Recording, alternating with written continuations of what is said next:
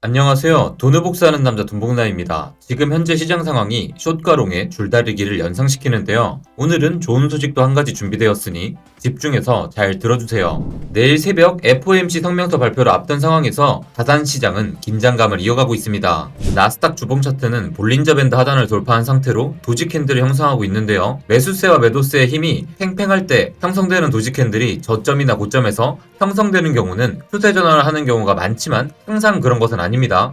보시면 코로나 팬데믹이 시장에 충격을 주었던 2020년 3월 당시에도 나스닥 주봉 차트에서 도지 캔들이 형성됐지만 이후로 추가로 큰 하락이 발생했습니다. 급속한 하락이나 상승이 발생한 것에 대해 시장이 경직되면서 일시적인 반발을 보이다가도 외적인 악재나 호재가 연이어 시장을 자극한다면 도지 캔들 형성 후에도 기존의 추세를 이어가는 경우가 있습니다. 그렇기에 FOMC 발표를 앞둔 지금의 상황에서는 시장이 경직될 수밖에 없는 것이고 이러한 긴장 상태는 향후의 큰 변동성으로 이어지기 쉽습니다. 지금 전 세계에서는 시장에 영향을 줄 수 있는 다른 문제들도 생기고 있습니다. 러시아와 우크라이나 간의 갈등이 심화되는 상황 속에서 미국과 동맹국들이 러시아가 우크라이나를 침공할 경우 신속하게 맞대응할 것이라는 입장을 밝혔습니다. 긴장이 고조된 상황에서 미국의 항공모함 해리 트루먼은 지중해에서 나토 훈련에 참가하게 되었습니다. 140척 이상의 선박, 60여 대의 항공기, 1만여 명의 군인이 참여하는 이 훈련은 2월 4일까지 진행될 예정이며 미국 항공모함이 나토의 지휘를 받는 것은 냉전 이후 처음입니다. 최근 러시아는 암호화폐 투자 관련해서도 이슈를 만들고 있습니다. 러시아 중앙은행은 금융기관이 암호화폐에 투자하거나 운영하는 것을 금지하겠다는 의사를 밝혔는데요.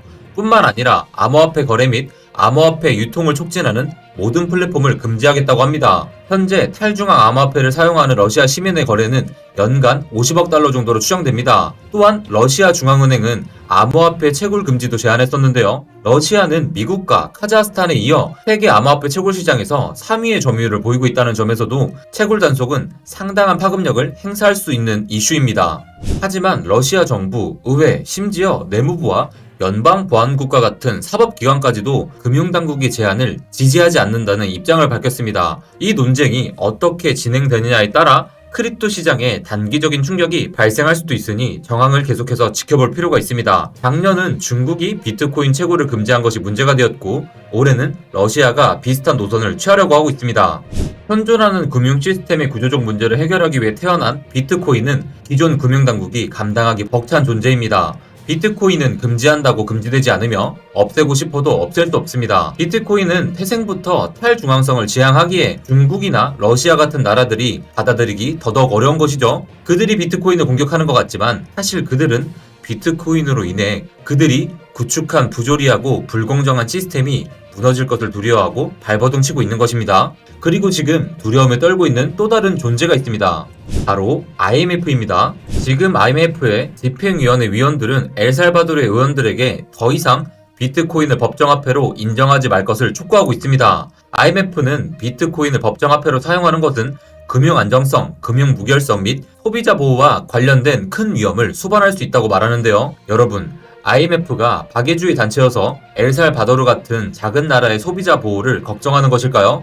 글쎄요. 지금 IMF가 걱정하는 것은 엘살바도르가 아니라 바로 자신들 아닐까요? 엘살바도르는 하나의 작은 나라일 뿐이지만 엘살바도르 같은 나라들이 하나 둘 생기다 보면 결국 IMF는 전 세계에 대한 자신의 통제력을 잃을 수 있기 때문이 아닐까요?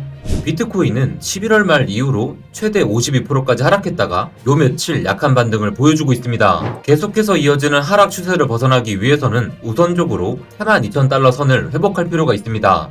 2017년 상승장 이후로 비트코인의 주봉 차트의 볼린저 밴드 하단이 깨지는 경우는 2번 있었습니다. 작년에 부처빔이 발생했을 때도 아랫꼬리가 살짝 걸쳤을 뿐 완전히 깨지지 않았었는데요. 현재를 보시면 아랫꼬리는 볼린저 밴드 하단을 일부 벗어났지만 캔들의 몸통은 아직 밴드의 내부에 있는 상태입니다. 그러니 지금은 섣부르게 바닥을 판단하기보다는 거시적인 경제 전체와 크립토 시장이 어떻게 방향성을 형성해 나가는지 지켜볼 필요가 있습니다. 여러분, 좋은 소식이 하나 있는데요.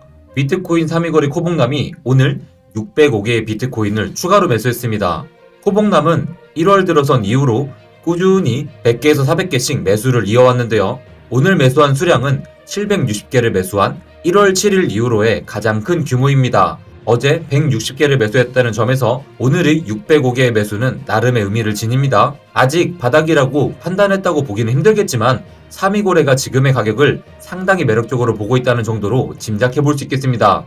미국의 은행 플러싱 뱅크가 비트코인 서비스를 개시한다고 합니다. 1분기 내 고객들이 계좌를 통해 비트코인을 사고 팔 수 있도록 하겠다고 발표한 건데요. 계속 추가되는 새로운 은행들 환영합니다. 코인텔레그래프 기사인데요. 여러분 아담 델이라는 사람을 아시나요?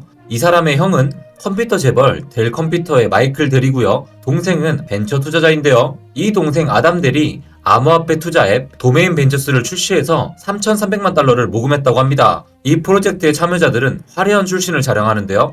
골드만삭스의 전 CTO와 상품선물거래위원회 회장을 비롯하여 브릿지워터, 모건스탠리, 코인베이스, 블록파이 출신들 직원들이 참여했습니다. 좋은 앱으로 많은 투자자들이 신규 유입되어 시장이 활활 타오르면 좋겠습니다.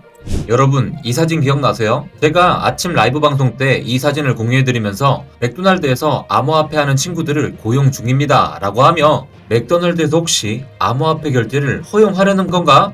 라고 의미심장한 이야기를 남겼었죠. 근데 그때 어떤 구독자분이 암호화폐 하다가 망하면 여기 와서 일하란 뜻 아닌가요? 라고 그랬었는데요. 근데 슬프게도 하락장과 함께 그런 밈들의 짤이 유행하고 있습니다.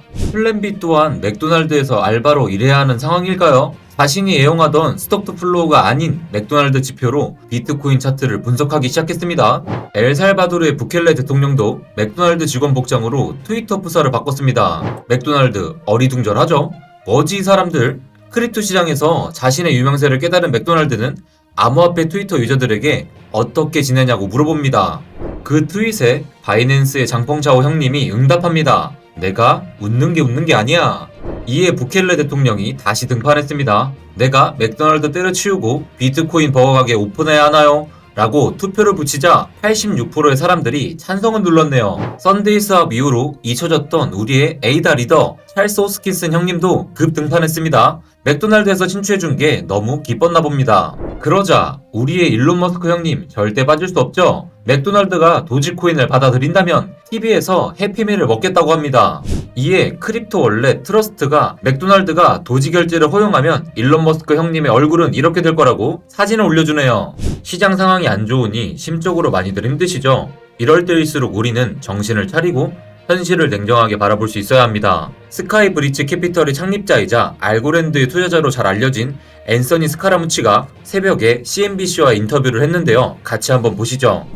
Anthony, we've been talking about crypto with you. You've been obviously quite public and outspoken about Bitcoin, and the price is now close to, frankly, 50% off of its all-time highs.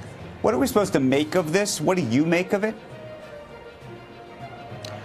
Well, Jim was just talking about the 2000 NASDAQ debacle. Of course, I lived through that, and many things got decimated, but quality things lasted. You could go back through Amazon as an example, 8 periods of time where it dropped at least 50% since its inception. Yet if you had a $10,000 investment in Amazon on its IPO, Andrew, it's worth $22 million today. So I think ultimately it's about buying quality and recognizing that Bitcoin, and I've said on this air many times, it's not a store of value at this moment.